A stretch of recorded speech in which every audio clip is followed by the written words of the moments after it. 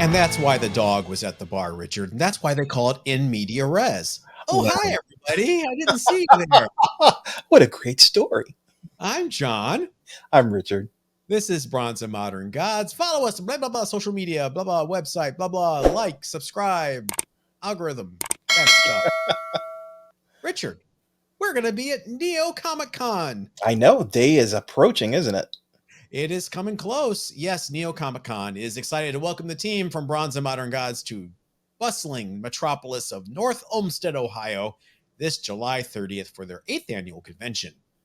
Yeah, we'll join more than 100 comic book dealers, artists, and vendors at Northeast Ohio's most comic-oriented show, with 180 tables of merchandise, 120 which will be actual booths of comics. You can find everything from dollar bargains to the high-end collectibles that have all but disappeared from other shows. Along with us live streaming from the event, you'll also get a chance to meet some of the region's best comic creators, along with this year's special guest, the co-creator of the Scarlet Spider and longtime Sonic the Hedgehog artist, Stephen Butler. All attendees will have a chance to participate in the charity raffle, which is 4 tables of collectible awesomeness donated by the best dealers and vendors from Ohio, Michigan, Pennsylvania, Indiana, what, no Illinois? With 100% of the proceeds going to the local Animal Protective League. 2 thumbs up for that. So join Richard and I at NEO Comic Con this July 30th. More info at neocomiccon.com. Richard, do you like I dressed up for the show today? That is such a striking shirt. I appreciate it. I approve it 100%. It's all Jack Kirby, Captain America, lots of Red Skull. I would tell you where I got it from, but they're not a sponsor, and I had to pay for the shirt, so F them. Let's take a moment here before we get really into it. I want to take a moment to remember probably my second favorite artist of all time who passed away this week, and that is John Romita. John Romita defined the look of Marvel Comics throughout the 70s. He was their art director. He did all the licensing imagery. You see those classic images of Spider-Man and Captain America and the Hulk that would be on your Trapper Keeper notepad that you used to carry to school or your lunchbox. Richard, any John Romita memories? Anything that stood out? I know you loved his Amazing Spider-Man, right? Yeah, Spider-Man is, when I think of Romita, I think of Spider-Man. And he is just, he is the iconic artist for that character. You can't separate him, Spider-Man, from John Romita. He's just so influential. Yeah, him and later his son have, their art ran through all of my early childhood, and I really appreciate the man, and I'm sorry to see him pass. It's so funny that he took over a no-win situation. Steve Ditko created Spider-Man, co-created Spider-Man. He defined the look of that character for the first 3 years of his existence. And then John Romita had to come on and sort of imitate Ditko in those first few issues. And then he just kind of found his own voice, and he became the Spider-Man artist, I think, even more so than Ditko, which is no small feat. He corrected a lot of, Ditko had some anatomy issues early on. Let's call them idiosyncrasies. Okay. I remember that, I remember reading that transition from that kind of style to more anatomically correct and action-oriented art that John Romita really championed. I know, and it's sad. I mean, he had a nice long life, nothing to really be too sad about, but it is losing a great talent, and we're losing them one by one from this era. So Godspeed, John Romita. Thank you for everything and your amazing, amazing talent. Moving on to our hot book of the week. Richard, I think I'm having a flashback. Yeah. War of the Realms, New Agents of Atlas #1.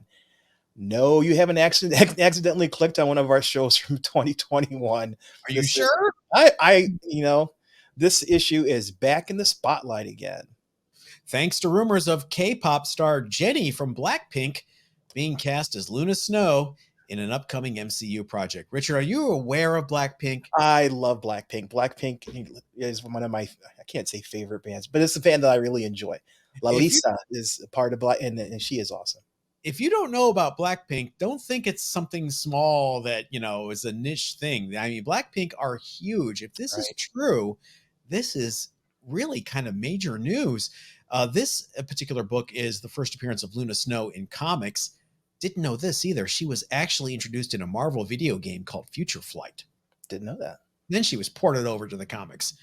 You also have the first appearance of Arrow, Wave, among some other new Asian based characters. Asian based. Did I mean to say that? Asian descent characters. How's that? Kind of a bargain right now for a CGC 9.8, right? Yeah. 9.8's only going for around $100, which I find really surprising. High grade raw copies are about 25, $30 on eBay. I feel like, Richard, we keep telling people about this book, but it hasn't really popped yet. Yeah, and I think that we're just missing a vehicle to make it move. And we knew from when we first started talking about this was a long-term idea. And if we have Blackpink appearing, oh my goodness, that is going to be huge. Yeah, don't forget the second print of this book, which has Luna Snow on the cover by herself, or the second print that was put out by oh my goodness, my one of my favorite Frankie's Comics. I don't know why I drew a blank there. They have a version of second print of this book that has silk on the cover, which is absolutely gorgeous. Very cool. So there it is. There's your acid flashback for the week. Yeah, Little close up on the shirt. You can see that is a cool shirt.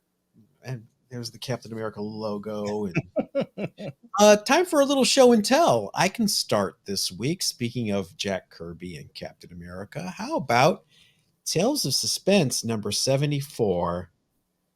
Look at that. That is beautiful. The colors on that are amazing. This is an iconic Jack Kirby Captain America cover. That pose was used in a lot of licensing as well. And you've got the giant skull ship with the little swastika on it. This is just gorgeous. I got this, I forget where, maybe House of Secrets in Burbank, and it is super sharp. Cleaned and pressed. I think she's going to Sarasota. 9.4 minimum. Wow. Yeah, I'm going to put my stake in the ground and say 9.4 minimum on that book. What's your first piece of show and tell, Richard? Well, it's we all buy books and we self grade them, and yeah, that's a great book, right? Um, I thought this book was a higher grade. I sent it off to CGC, and came back lower than I expected. But then I looked at it very closely, and I can kind of see why. So here's Young Allies number 6. This is the uh, Art Adams variant. Love this book. It is super hard to come by. It's the 1 in 15 ratio book.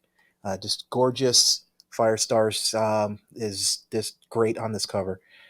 Came back at 9.0. I thought it was going to be at least a 9.4. The quality of the book, I thought so, but when I got the book back and I looked closely at, it's hard to see here on this, but there are rubbings on the spine next to where Young Allies is that I did not see. You put your rose-colored glasses on when you try to grade books sometimes. One of the things that I recommend you do, and I do this, because looking at the book, you will visually just you will pass by flaws. Take your camera, take your phone, turn the camera on, and look at the book through your camera. That level of separation makes things pop out that are flaws that your normal eyeballs will just pass right by. Yeah, this came back in 9.0. It doesn't really matter because this is a collection book, so it's a PC book. But I had hoped it was going to be a higher grade. Don't you have another one, though? It's a 9.4? Uh, I had sold that one. This is my only one left. Yeah, like I said, I thought it's a shoe in. It's going to be a 9.4 at least. So I'll get this one Is that graded. the shopping or the stroller collection copy? No, that's a different book. You're thinking of another book. That's New Mutants is the one you're thinking of. Oh, okay. Wow. Yeah, when you have a good point about being honest with yourself when you're sending stuff in to be slabbed. I find in the past, I'm really good about it now, is that I would be rushing to get something out the door. and Yes. packaged, and I'm like, oh, it's fine. It's a 9.4 or better. No, take a breath, slow down, look at everything again one final time out of the bag before you, because you find stuff, you're like, oh, and count the pages. Don't forget to count the pages, especially if it's golden age or silver. You don't want to miss that. That's the worst when you get a green label, because missing ad page, the worst. Right. My next book for show and tell, hold your breath. It is a modern book What? that came out last Wednesday. Is it a cat book at least? It is not a Cap book. It is Wow. not a Quasar book. It's a Hercules book. Oh, This nice. is Marvel Voices Pride, issue 1, 2023, issue 1, because there was one last year, I believe. Mhm. And it is a gorgeous Hercules cover by none other than P. Craig Russell, who used to draw Killraven in the 70s for Marvel, along with a lot of his own creator-owned things. This is gorgeous. I'm not sure who that is in the upper corner. Is that, I don't know, No, some I new don't. character I saying, do. I do love the rainbow back there. yeah. And the one thing that cracks me up, first of all, great to see openly LGBT artists doing art on an LGBT book featuring LGBT characters. I love when people complain about Hercules being bi. Like, did you not read Greek Yeah, mythology? pretty much everybody in Greek mythology was bi. Hercules wouldn't be like Mhm. Marvel didn't make that decision, you guys. No. What's your next piece for show and tell? And this is another book that I submitted. This is 2 of 3. The third book is a Silver Age book and has not come back yet. Now, I talked about how um, I overgraded my own book. Mhm. This one is not the case in this case. This book is freaking perfect, Did and you it get a came good back grade? a 9.4. Oh, that's the one that was that the one that was on display before that you had? Mhm. Yes. Okay. This is absolutely I got this book at Sorry, Fan tell X. everybody what it is. Okay, I'm sorry. This is Static number 45, the last issue of the first Static run, Static Shock. It's a gorgeous cover by what's his name? Mobius. Mobius. Thank you. Gorgeous cover. Um, awesome book. I'm a fan of the Static TV show and the series itself, so I wanted to get this book. Came across it at Fan Expo on the wall with my friend Forrest. Negotiated for it, got a good price for it. Got it back, and the book is perfect. I mean, I look at this, I can see it in the slab. There's not a freaking flaw on this book. Then why Uh, is it a 9.4? I looked at the graders' notes. They claimed there's light bend on the whatchamacallit, and I pressed this book before I sent it in. I pressed it, and No, I hate that note, because you know what that note means? mm, The grader bent the book. it has to have been because the book was perfect when I send it out. I press, I press my moderns when they go out now, and this book was. I was confident in the 9.8. 9.6, I would have gone. That's this kind of the price you pay, but a 9.4, I think is undergrade. I won't crack it again to send it in because it's a PC book. You know But I I know you. I just don't want to pay another $40 just for them to. It's like I'm giving them money. Yeah, but what's that selling a 9.8? Oh, It it's used about to be like, it's over 1,000. It's about a yeah, I thousand. was gonna say Yeah. it used to be like $1,000 book at the height of Mhm. comic madness. I don't know what it would be now, but that might be worth a CPR. Yeah, we'll see. Everybody in the comments yell at Richard. If the book goes to 1,600, I'll crack and resubmit. But Fair enough. until then, I'm happy with it. I have a couple of books that are related in my next show and tell, and they're just beautiful Atlas War books. Ooh, My Golden Age obsession continues. Combat Kelly, number 5. Look at that black cover. wow. Look at that. No chipping, no stress lines. So that's It, mid 50s. this is 1953, I believe. It's just absolutely Wow. gorgeous. A little blunt corner here and there, but for a Mhm. black cover from then, it's insane. And then it's not so nice partner, but still very nice. Combat Kelly #8, Okay. uh, with incredibly racist cover. But what are you going to do? It's the height of the Korean War. Right. I had a little bit of a heart attack when I was pressing these because I was pressing them both at the same time in separate presses, not the same press. Look at the difference in width. You don't think it's trimmed, do you? I thought at first it was trimmed, and then I did a little research, and no, they Atlas just happened to change their dimensions for Oh. printing right around this time. But boy, I was, wow, this is trimmed for sure. I thought, Mhm. and then I compared a whole bunch of different images online and on eBay and at the Grand Comics database, and they're Mhm. all they're all like that. They're all that size. So, woohoo! What's your next one? My last piece, you talk about overly racist books. My last piece. First, I want to talk about comics as a snapshot in time. There's a word called zeitgeist, which the definition of defining the spirit or mood of a particular period of history, as shown by the ideas and beliefs of the time. So comics, I believe, are a form of zeitgeist for the age that they came out in. In the '60s, you had you had a certain type of feel for comics. In the modern age, we've got things like LGBT covers, like John was showing earlier, which is definitely a sign of the times. Well, I was watching heritage auctions as I do sometimes, and a book came up that defines where it's incredibly racist by the standpoint of you and me today.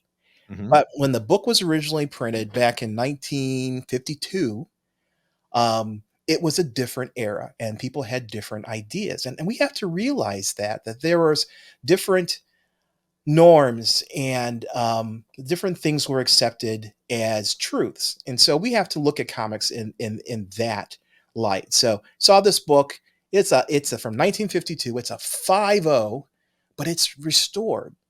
Okay. So I don't. This is literally the only book in my whole collection that's restored. It's the only book that's I don't have any I don't have any qualified books either. But gorgeous book. It sold for $60, graded on Heritage, which means, of course, I paid by the time I was done paying fees, it was almost $100. But anyway, so the book is called White Princess of the Jungle. I had to have all that exposition to talk about this book. For those of you who are listening, it's a Please cover. describe the cover. Yes, I will describe it in detail. It says "White Princess of the Jungle" on the top, and then below there's a poor white man tied to a tree. Well, he's actually gray. Is he gray? That's true. He is gray, so he's of indeterminate race. Although the foreground characters is a burly black man with a he's wearing a tiger skin as his only form of clothing, Sure. and he's holding on to and looks like he's trying to tackle in a most physical way a white woman who's wearing a bikini and has a dagger in her hand, A cheetah bikini. a cheetah bikini. It's yeah, I saw this and I had to have it because I'm a Good Girl fan. I'm trying to collect some of these books from the golden age, and at $60, even $90 by the time fees are paid, is I couldn't pass it up. Now it's also an experiment for me to determine if I can see or spot restoration. Oh, Um, so I bought this book because it's a 5.0, and it says the restoration is moderate to extensive, and it says it consists of pieces added to the cover, hmm. or a piece added to the cover. And I looked, and I cannot see. The spine on this book is really, really, really, Would you really look at nice. the back? I I wonder if looked at the back too, and it's kind of hard to tell. is it maybe the coupon there or a corner, you know? Oh, right down here. Now that I look, Yeah, there's a discoloration right there. there you go. I think that's where it was. You could remove it if you want and send it back in and get a universal grade, probably a 3.5 or so. Yeah, I'm totally happy. It looks good. This is one of those books you buy before the looks. There is no sale on GPA for this book at this grade, so I have no idea what this book is, valued at. But again, it's a snapshot of time, and when there are certain fears, and it kind of immortalizes those kinds of ideas, for better or worse. But again, you got to take it in the context of 1952, not 2023. I think the most offensive thing about that book is that you bought it off Heritage and had to pay the I buyer's. know, I know, I know. I wonder It's how many of our viewers and listeners see that book and immediately clench. And I wonder, out of those people who clench, how many of them are white liberal Mhm. leaning people. Yeah, it's one of those things where it would never fly, just like Blazing Saddles would never fly today. This is a chance. Explain to people why you don't have an issue purchasing that and having it in your collection, because I'm sure some people wouldn't understand. No, it's like comics to me are a form of art. And we have to realize that any piece of art that has survived for a long period of time, the culture from the time that art was made to the culture that we are in now will differ. And things that were acceptable back then, and are commonplace, are not today. That's just the fact of life. So, while if a book like this was drawn by, Art Adams, and put on the cover of a 2023 book, I would have You would still buy it. I would still buy it. Okay. But the fact that it's from 1952, Yeah. 70 years ago, to me means I have to look at it in the light of that. It's a gorgeous cover. The artwork is amazing. The colors are beautiful on this book, and I evaluate it as a piece of art. To me, art is excluded from those kinds of comparisons to culture, right? Because Why again, do you it's a difference. why do you think it was a 5.0? It looked really good for, It does. It looks book. beautiful. It's creamed off-white pages. I don't know I forgot. I pulled up the grader's notes on it. I forget what they said. Um, but I'll have to All right. look at it again to see if I can get more information as to why it's a 5.0. Well, speaking of covers from the 40s and 50s that were acceptable back then and probably wouldn't fly today, I have one along those lines, and it's really, you know, male bondage at its best. I think we should start a new feature here as part of show and tell, and that would be the Doll Man bondage cover of the week. You could run at least 2 years before you I run think out of so. material. This is Feature Comics number 78, and there's Doll Man trussed up as usual. Every one of these covers, just about with Doll Man, he is in some form of kinky BDSM bondage type situation. They knew what they were doing. They had to have, They yes. were absolutely aware of what they're doing, because the stories inside never reflect the situation that is on the cover. Never. Trust me, I look. And this cracks me up. So maybe each week I will pull a different Doll Sure. Man Well, bondage cover. it sold books, right? I mean, if you put a white cover on the book, it's not going to sell as well as if you put something that people want to see. So there's an audience for that book. He ran in Feature Comics to almost the bitter end for the entire 140 plus issue run, plus had his own book for nearly a decade. Doll Man was incredibly popular. It's weird that he's just like so unknown now, except for maybe 70s DC fans that bought Freedom Fighters, where he was Mhm. part of the team of Freedom Fighters. But there's our show and tell for the week. Tell us what you think, because we read all our comments, then we dip our hand in to a little thing called viewer mail. You've got mail. That's where we read them on the air. We talked about Letterman last week. David Letterman. I Mhm. forgot to mention we completely stole viewer mail from David Letterman, by That's the way. true. Oh my goodness, I didn't even think about that. I didn't either until after I was editing the show. I was like, wait, of all the things we've stolen from our experience with David Letterman growing up, viewer mail is the number one thing. Mhm. My first piece is from our email at bronzeandmoderngods@gmail.com. Say it with me. Our friend Jason Brownell. Brownell is how you pronounce it. There's a reason why we answer Jason's viewer mail a lot, because they're very well written. Jason writes about Spider-Man, our aghastness at the state of the Amazing Spider-Man comic book. Zeb Wells' run of ASM is really rough. This is only one story, however. Slott and Bagley, a dream team for me, are doing solid stories in Spider-Man, and Miles has been greatly improved since the renumbering.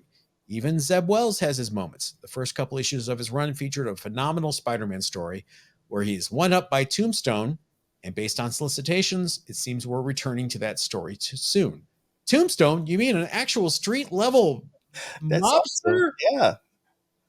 I agree that Spider-Man keeps falling from his grounded roots. I would have been fine with Peter and MJ splitting up because they simply got a divorce. Why do we need to bring Mephisto in and resurrect Aunt May for the second time? I'm going to skip ahead a little bit here. I'm a fan of the bigger concepts when done well. Mind swap with Doc Ock that redefines what makes Peter special? I'm in. Yeah. An alien costume that leads to a dark version of Spider-Man? I am in. Clones? Yep. My favorite take is Spider-Verse, however. The spider sense was always a silly Silver Age concept, and to connect it with a bigger concept of the web of destiny and make Spider-Man the avatar of the Marvel multiverse? Yes, please. It reminds me so much of Mark Waid's run on The Flash in the 90s, introducing the Speed Force as the glue of the DC multiverse. There is only one story being told. This is only one story being told amongst a dozen others. There is good work being done as well. Yes, this is just a kid from Queens, but that kid, as early as November 1968, was the son of S.H.I.E.L.D. agents, way before he was the host of an alien, cloned, and an avatar for the multiverse. Great work as always, guys. Jason, thank you for Thank you, putting Jason. this in perspective. Yeah, he said some great things. I'm going to have to actually dip my toe back into reading the Spider books again. Um, yeah, yeah, because you're right. There's some of the storylines that have come out, like the whole mind swap with Doc Ock. I thought was really good. Um, I so like Slott. I like Dan Slott. I yeah, liked Brand New Day. Brand New Day brought me back. And then, Spider Water Droplet, or Spider Hair from the back of your dog multiverse character. I like the Spider. The movie Spider Verse. I have really enjoyed. Some of the comic book Spider Verse, Spider Universe, Web of Destiny. But the movie stuff is really good. I'm being overly facetious. What's your next piece of your mail? My next piece of viewer mail is also from the Bronze and Modern Gods at gmail.com account. It's from Jose Castillon. Castillon. Castillon, sorry. Hey guys, I recently purchased a CGC 9.0 of Wonder Woman number 157 for an amazing price. Excellent. I knew going in it was an older CGC slab and had intended to get it reholdered. But when it arrived, I saw that the slab is very loose and the book moves ever so slightly. I hate that. Mm-hmm. Also, the older slabs does not notate the first appearance of Egg Foo. Speaking of racist characters. However, I recently heard a story about how someone sent in a high grade Silver Age book only for it to come back in a much lower grade due to some aging that happened to the book while it was inside the older, poorer CGC case. My question is, should I risk sending in such an old book to get a much better case, therefore protecting it more? Also, I must admit, the fact that the first appearance isn't noted on there does bother me as well. Anyways, thanks for the help. I love the show and hope you guys continue to kill it. Well, thank you. Thank you, Jose. Oh, this is a tough one. This is a tough choice. 9.0 is kind of where if you feel the book can get a better grade, because CGC has gone through different eras of graders. And in certain eras, the graders were very, very strict and overly strict, let some people say. In other eras, they were very, very loose in their grading. And if you think you've got a book that could benefit from a reholder. I'm sorry. The question also is, are you planning on getting it regraded too? That is. Yeah. I think I that's say you've got nothing to lose, Jose. What is it now? It is a 9.0 in an older case, Mhm. and you think it suffered some damage. Is the damage pressable? If the damage is pressable, crack that sucker open and resubmit it. I think. Well, what were you going to say? Well, if you crack it and resubmit, then it's going to go through the grading process again. Mhm. So it will be evaluated at its current condition closely by three separate graders. Supposedly. Supposedly. And then the three separate graders could be the same guy with three different name tags for all I know. If you send it in for a reholder, the book is going to be examined, but I don't think it goes through that same process that you go through in grading. They're going to look to see, it says a 9.0. Is there any obvious reason why it's not a 9.0 anymore? And They if will regrade it. they're going to regrade the whole book. They will regrade it. Okay. I don't know how clear they are, but they have to because they make you sign a release saying if it gets damaged during the deholdering process that you have to accept the new grade. Okay. That's an interesting. Okay, I was not aware that they did a whole grade. Then why not just crack it and then resubmit it for a grade? You Yeah, know. and the egg foo first appearance notation, is it happening now? Or are you hoping that it will happen if you reholder it? If you want to make sure it happens, then you need to go on the CGC boards. There is a thread in Comics General where you can request new notations to labels and just request the notation. Hey, you guys need to make sure that Wonder Woman 157 is noted as the first appearance of Egg Foo, and they will do that. Or you can go on CGC's site and go and look up the book and the census and look up the book, and when you do, it will show you the census labels that are going to be printed on the book. So if you see there on the label that it will say first appearance of egg food, then you can be pretty sure that if you get the book regraded, it's going to show up. Um, that's interesting. I never knew that they did a whole regrading. So I've submitted a couple of books. For example, my 9.6 Ultimate Fallout 4 Djevik variant, I got for like 800 bucks back in the day. It's signed by Mark Bagley, and the case had a big scratch in it. I mean, it was annoying. It was right in the middle of the book, and it was like, eh.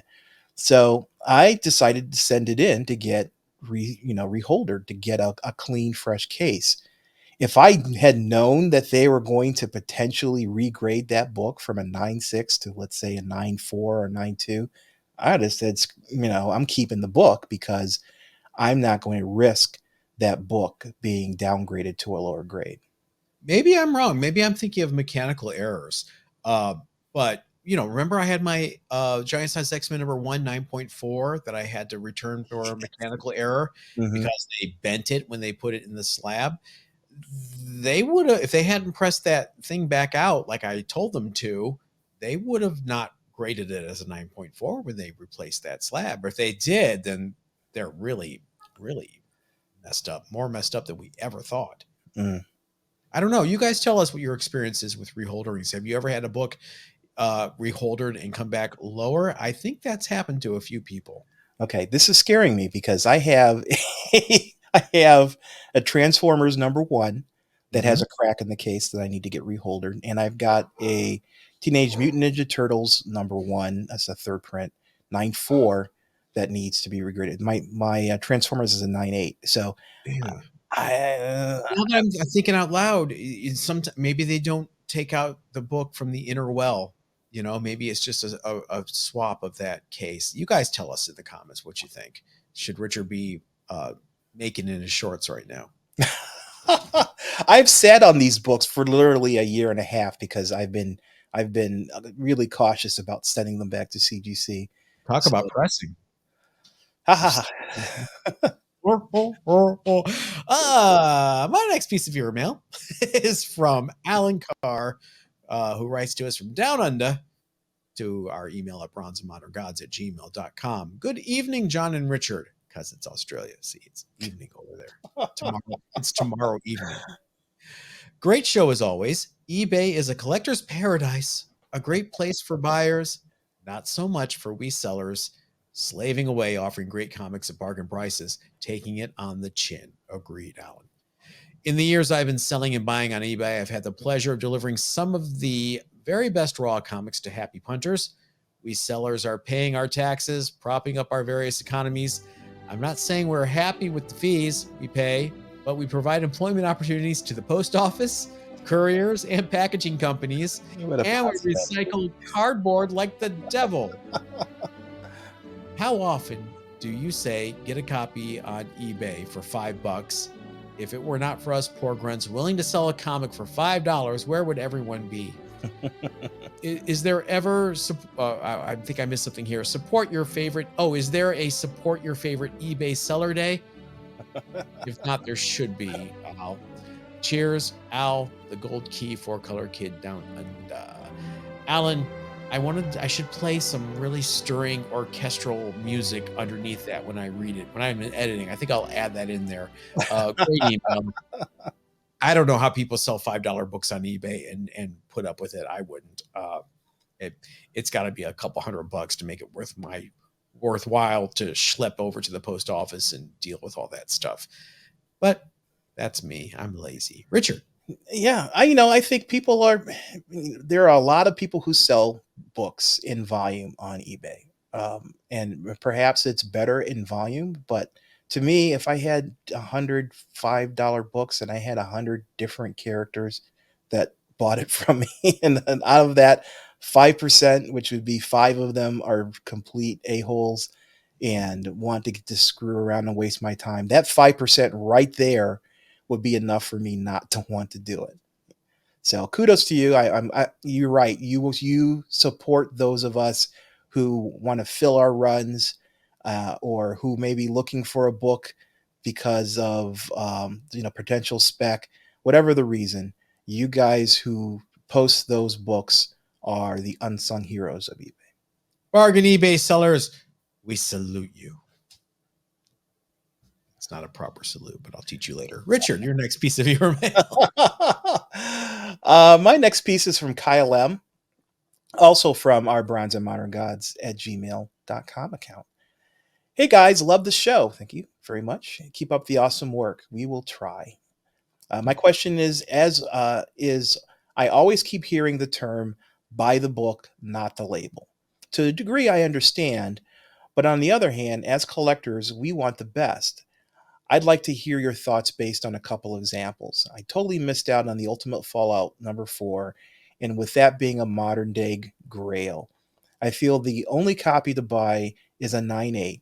9.8s are going for around $1,900, whereas a 9.6 is nearly one-third of the price at about $700. The label in this case clearly dictates the value, so in a case of a highly sought-after book like this, is it better to save up and go big or just settle on the lower value so I can own the book? Another example is I recently purchased a raw low-grade Fantastic Four #49. I paid way below the market and had hopes of getting it graded and coming back in 1.5 or a 2.0, 2.5 if I was really lucky. Upon getting home and taking a much closer look, I realized someone had drawn and traced over the outlines of Galactus, Surfer, and the Fantastic Four. Awesome. Which at best would come back in a green label. I had it up for sale currently. I have it up for sale currently because I'm letting that green label dictate how I feel about the book. Is it better to keep and hold the book raw or graded if I decide to send it in, or should I try to sell it and just buy a lower grade blue label? Look forward to hearing your thoughts, Kyle M.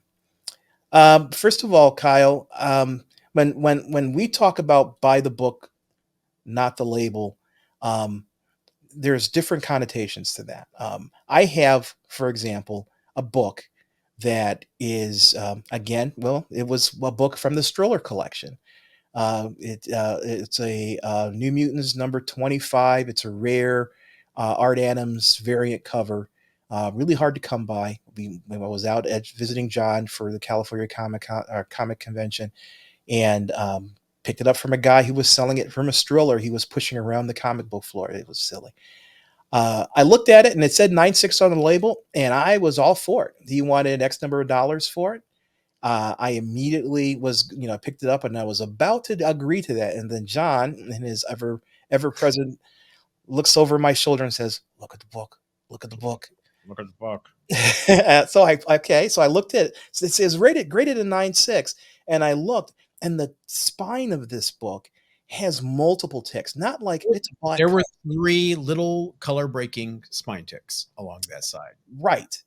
And I'm looking and I'm seeing this, and the spine ticks are present, but yet the book has gotten a 9.6 grade. And there's different ways of thinking about this. One way is it's got a 9.6 on the label. That's what it is. Forget about the physical book. Go with the qualification that it was given by CGC, and that should be sufficient. The other flip side of that is, to hell with what CGC says. Look at the book. If you had 2 books side by side in a 9.6 that had no flaws in it, besides maybe, whatever made it a 9.6, some minor flaw, and then this book, which is a 9.6 as well, which one would you pick? The one with veritably no flaws, or the one that has 3 obvious spine ticks? So in this case, they're both 9.6s, but they are different in quality. Yep. And I think that's where, when you go looking at 9.6s, or you go looking at a book's at 9.8s, look at the book to make sure that it meets that standard. I have a couple books. I have behind me my Marvel Superheroes number 20, 9.6. 9.6, it's a beautiful book, except there's like a literal rip, a tear in the book. On the It goes all the way through the whole book. I don't know if it's counted as a manufacturing flaw or what the reason is, but it's still got a 9.6.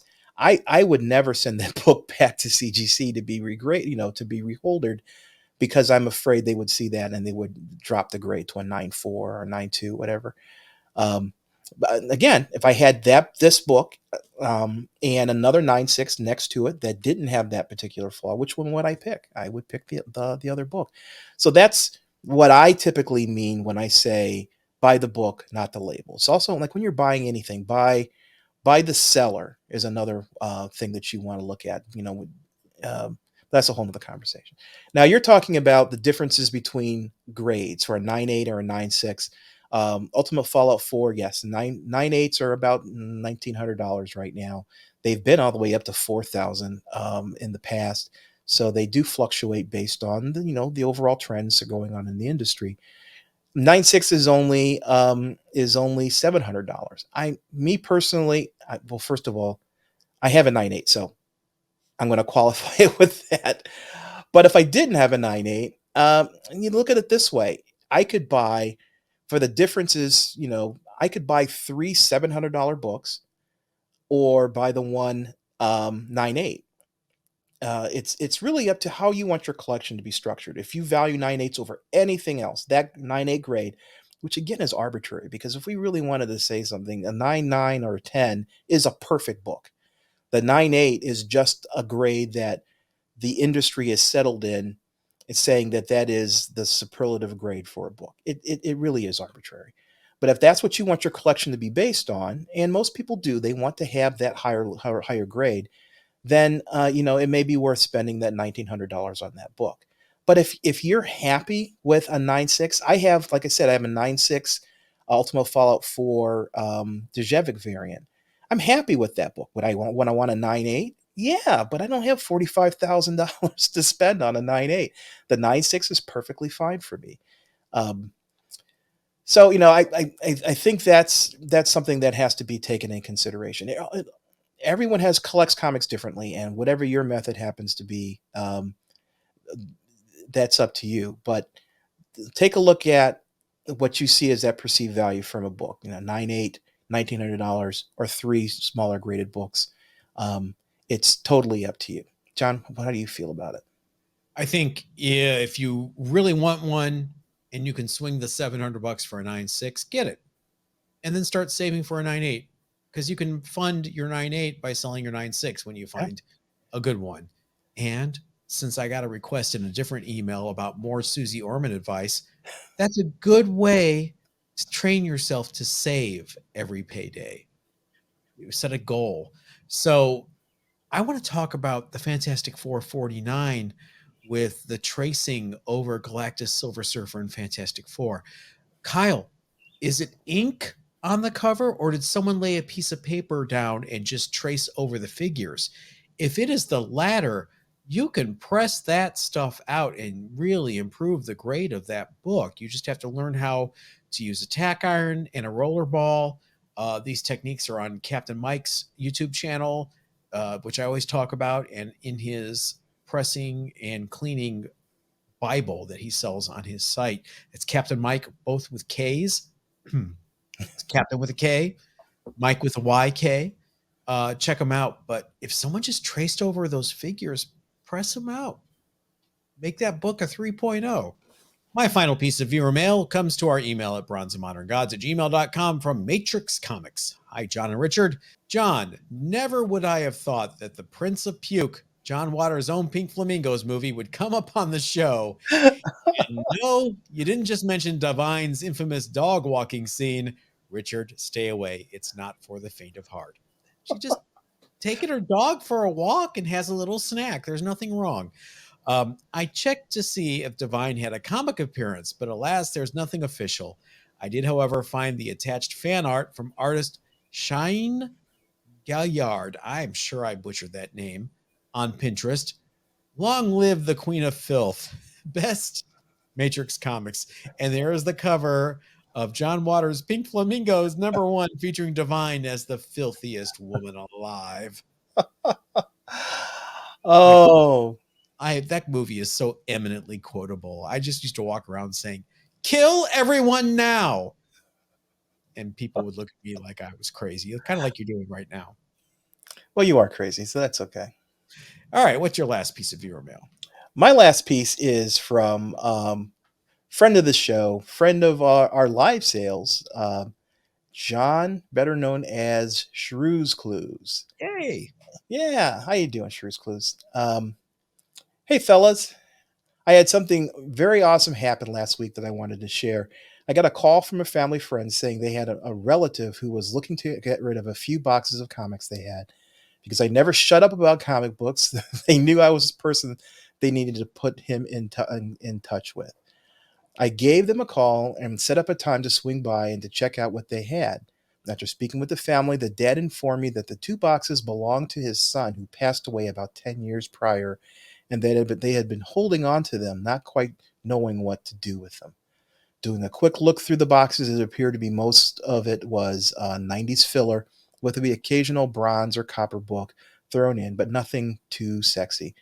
I made them an offer for both boxes and told them that I would most likely donate the majority to the collection to Comics for Kids, a nonprofit for children's literacy, and anything left over I would probably keep for myself or give to friends. I wanted to be very upfront with them and make sure they were comfortable with what I would do with the books since they had sentimental value. The family loved the idea of them going to kids and learning to read and was very happy with the agreed price. So I took the books home and later that afternoon started to go through them. To my absolute surprise, in the back of the second box were two golden record reprint books, both mid grade: Journey into Mystery number 83, which is First Thor, and Avengers number 4. I immediately packed up the books, and darted over to the family's house to renegotiate the agreement. It just wouldn't have sat right with me to have not told them. Long story short, we settled on a new and extremely fair price for the books, and the dad even threw in a stack of Marvel Treasure Edition books he found in the garage that he was going to put out at an upcoming yard sale for free. Um, Great things can still be found out in the wild if you let people know you love comics and treat them with compassion. As always, love the show. Thanks, John. That's just a great story, and it shows why you are such a valued part of this community. Not everyone would go back and renegotiate the price given given that discovery of those books. I think that you had a lot of sympathy and compassion for the family, and understanding that these books meant more to them than just pieces of paper. So to know that there was some value in the books there, I think they would find exciting. So yeah, I say that because not everyone would do that. You know, I think we all dream of finding that extra rare, that box in the garage sale that's full of Silver Age books that you could buy for $1 a piece because people don't know what's in that box. And then it becomes it's a moral quandary. What do you do in that situation? Do you inform the people that the books they have are a higher value than what they price them? Or do you accept the fact that you've come across something that you value more than the people who are trying to sell it? In this case, I think it was easy. It was an easy decision because your relationship with the family. But yeah, John, how would you deal with a situation like that? Take them and run. No, not really. I've had that situation before. First of all, I think it's different now than it was when we were growing up. When we were growing up as teenagers, early 20s, you didn't want a lot of people to know that you collected comic books. You kind of kept it a secret. And now it's so common and so accepted. People at my old job knew I was the comic book guy. And as a result, they would bring comics to work and be like, "Hey, are you interested in these?" And one of them I got was the first appearance of Batgirl from our head of security. Wow. And I told him, hey, this is really rough, but this is about a 75 at the time. This is like 10 years ago, like a $7,500 book. He's like, you can keep it you know so being honest really does pay off in the long haul. But I think the more important thing I took away from this is letting people know that you're that comic guy, so they come to you, they know to come to you.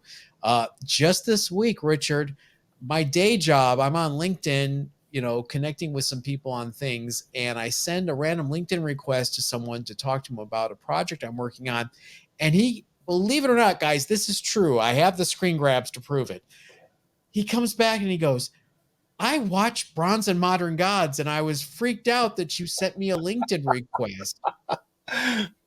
And it had nothing to do with comics. It had nothing to do with this podcast. It was totally work related. It's 2023. There's Yeah. nothing to be ashamed of, and it could pay off for you in the end. Now, if I found a couple golden reprint books, yeah, I would renegotiate the deal. I don't know. I grew up with good parents and Mhm. good moral structures, so I don't know. There's something to be said about growing up in the 80s, like, 40 years ago, or the old fart rule.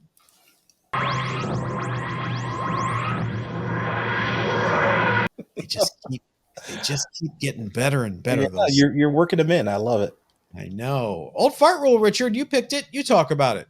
Yeah, I picked Fantastic Four number 252 this week. This is a really cool book. The story is okay. It's Fantastic Four find a civilization in the negative zone. What's cool about this book is it's printed sideways. The cover is sideways, so it's landscape for those computer people. And the contents of the book are also sideways, with the exception of the ads and the letters page. Um, Wonderful John Byrne art. I love John Byrne on Fantastic Four. I love John Byrne in pretty much every title he's done. But this book also has those infamous tattoos, those home tattoos that are included in ASM 238. Um, this also came out in this book, and you can find the tattoos in between the cover and the first wrap. So make sure you look for those, because if the book does not have tattoos, then it's going to get a green label. It's going to be um, you're going to get a green label on the book. So you need to have the tattoos for it to be complete. Right now, you can get this book. Raws can be had for about $10. 9/8 are only $100 as a sale in May. So it's this is book is not really expensive, but it's really unique in its overall format. And I think it's a cool pick. John, do you have any backstory on why this book was printed a landscape like that? No, I thought for a second that this was the infamous John Byrne Fantastic Four comic that he had drawn for a Coca-Cola giveaway. that was rejected for being too violent, but that's actually Fantastic Four 220 and 221. Okay. I don't know why this was drawn sideways. I remember buying it off the shelf and being really annoyed. I don't like turning my books that way. Yeah, it was really weird. I didn't know if there was some reason for it, or they just decided this month to be different, because that means they had to print the whole book had to be Yeah, laid it's just out sideways like that. yeah, it's just I guess it's annoying. That infamous Hawk and Dove issue drawn by Rob Liefeld, sideways as well, comes to mind.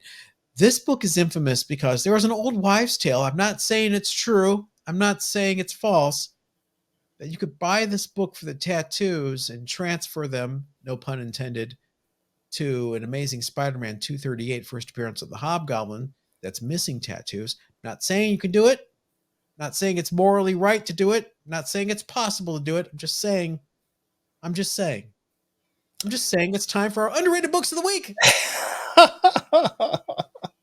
Were you going to say something else about those tattoos, Richard? I was just going to say, I never thought about just buying the book just to use the tattoos, because can't tell you how I want to see how those tattoos look, because I have never actually been brave enough to take a 238 and rip the tattoos out of it. I'm not saying there's a way to remove the tattoos from the envelope that's included and to replace them into a different book that is missing the tattoos. I'm not saying anything like that at all. I am saying my underrated book this week is Tales of Asgard #1. Look at that. Pretty. This cover, this art by Jack Kirby was included in a Marvel poster book that I had in Oh, like the wow. late 70s, and I loved this. I hung it on my wall. I would stare at it. Just such great art of all the Asgardians there. This book was a giant size one shot from 1968. It reprints, of course, the Tales of Asgard backups from Journey into Mystery. Why does this book exist? I don't know. Why did Martin Goodman decide to publish a Tales of Asgard one shot? I don't know. Was it to secure the copyright of Asgard as a trademark? I'm looking. Sure enough, Asgard is trademarked. Oh, wow. Okay. You Tim, can trademark I, ancient Norse. the title Tales of Asgard is probably what is Okay. trademarked, but the same reason why they revived a character called Captain Marvel to grab that when it was not being used. I don't know why this book exists. It's a strange one for me. The last sale of a CGC 9.8 of that book was in 2020 for $1,020. The most recent high grade sale, however, was for a CGC 9.4 in April of this year for a whopping $204, which really seems low to me. I love this book. I think this copy's a 9.6 or around there. I don't think it's a 9.8. It is gorgeous. There must have been a warehouse find of this book, because I do see high grade copies of this quite a bit, and I think the pricing reflects that. Mhm. Still underrated in my book, though. Yeah, yeah. So how does Marvel trademark things like Thor and Hercules? I don't know if Thor is trademarked, but the mighty Thor is Okay. trademarked. All right. Uh, I So if I think wanted to make a comic book called Half-Ass Thor, I could do that? there's Thors all over. There's a Thor in the DC universe. There's Thors everywhere. Okay. I think it's the type treatment. I think it's the title treatment. That's the way it's done. I don't think you can copyright a ongoing comic named Thor. Mhm. That might be a battle. Okay. Well, they have lawyers that make more money than I do, so I'm assuming there's a way that can happen. Yeah, they're busy suing the creators of those characters right now. Yes, yes. What is your underrated book of the week? My pick is Superman #10 from 2016. It's actually early 2017. It's covered at January 2017. First appearance, or sorry, the first meeting of John Kent, the son of Superman, and Damian Wayne, the son of Batman. The first contact was not smooth. These two did not hit it off. They got in a big battle that they had to be separated. I love these comics, these first meet comics, especially of two major characters like this. John Kent has gone on to have his own book, and of course, Damian Wayne has been in a variety of different titles. And this book is the first time they've actually come in contact with each other. Still affordable. You can find this at comic shows all the time at a reasonable price. I see Raws going for about $10. Thank you very much for your you Raw dealers on eBay. 9/8 are only $149. There's a newsstand version that goes for a little bit more for this book, and there's a variant cover which I, in my laziness, did not actually look at. So I just thought it's available according to Show prep. Show prep, yes. It's to me, this is a great book to pick up. You know, the two of them are always going to have conflict, just like their parents. And I think just as important, the importance of the relationship between Batman and Superman, the relationship between their two sons, I think, is also important. So pick it up. I think it's a good buy. There's some sexual tension on this cover. That's all I'm going to say. Yeah, I very well could be. All right, that's another week, Richard. Thanks everybody for tuning in. We truly do appreciate each and every one of you. Absolutely. And if you want to really support the show, you can contact us at Instagram and Facebook at Bronze and Modern Gods, or the website bronzeandmoderngods.com. We do, as you can see, because of the copious amount of emails that we read this show, we read the emails and the comments for the show too. So please feel free to voice your opinion. Hit like, hit subscribe, hit the notification bell, support the show, and we will catch you next time. Yep. Everybody, stay safe.